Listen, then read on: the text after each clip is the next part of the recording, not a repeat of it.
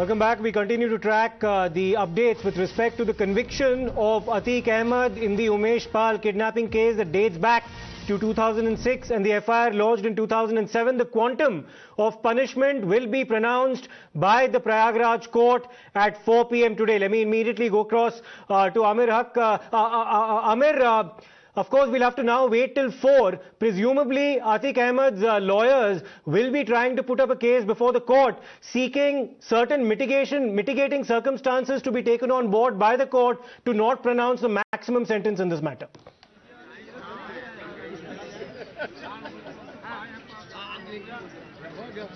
Well, absolutely, Siddharth. It is quite incumbent that the lawyers in the defense will actually want to lessen the degree of or the quantum of punishment that is awarded to all these convicted criminals. As far as information trickling in from inside the court, if that is concerned, we're being told that 3 of the accused, including Atiq Ahmed, his lawyer, who also happened to be an accused in this case, as well as Umesh Pal murder case, Khan Saulat Hanif, as well as Dinesh Pasi, the third accused named in the case, have been pronounced guilty. The rest of the 7 accused, including Ashraf, the brother of Atiq Ahmed, have been discharged from this case. Now, more details will emerge from inside the court once the lawyers actually come outside and perhaps speak to us and give us details as to what were the grounds on which the court actually discharged these 7 accused.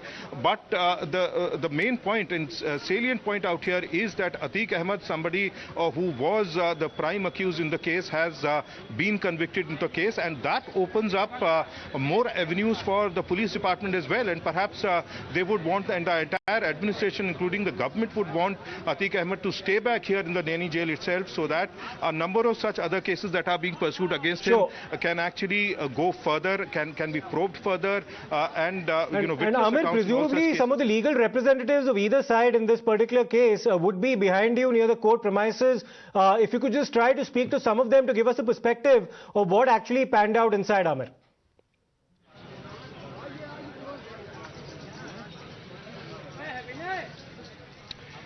Well, we have a number of lawyers here who would perhaps want to give us details as to what. आपको कुछ जानकारी मिल रही है अंदर से कि क्या कारण है कि अतीक अहमद, उनके जो लॉयर थे सौलत खान हनीफ, उनको और दिनेश पासी, 3 को कन्विक्ट किया गया है, बाकी 7 को डिस्चार्ज कर दिया गया है, जिसमें अशरफ भी हैं, अतीक अहमद के भाई।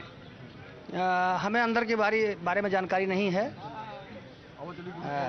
ये बताइए कि 364 ए जो है वो सबसे जो कड़ी धारा मानी जा रही थी इस पूरे मामले में, जिसमें डेथ पेनल्टी तक दी जा सकती है, क्या यही आपको मेन कारण लगता है कि इस मामले में उनको कन्विक्ट करने में कारगर साबित रही होगी? Well, a number of lawyers, inquisitive lawyers have of sentence पे सुनेंगे और लंच के बाद सजा सुनाई जाएगी। और अन्य जो अभियुक्त थे, अन्य अभियुक्तों को बरी कर दिया गया है। इसमें सजा कितनी साल की हो सकती है? कहा यह जरा कि फांसी तक की भी सजा हो? इसमें 364 ए में फांसी, आजीवन कारावास तक की सजा है। अब कोर्ट क्या सजा देती है ये तो लंच के बाद पता चलेगा। 2:30 बजे सुनाएंगे सजा।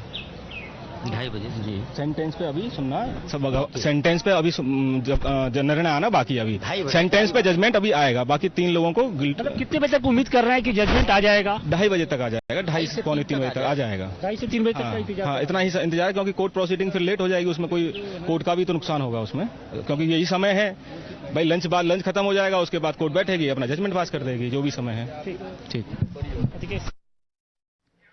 So those were some of the lawyers basically saying that any time between 2:30 p.m. to about 3:15, one can expect the quantum of sentence to be pronounced by the court in this particular matter. The latest update, of course, is that Atiq Ahmed and 2 other aides have been convicted. There were a total of 11 accused, Amir, in this particular case, several of them being discharged. We'll also, of course, have to go into the details of why the court has arrived at that conclusion as well.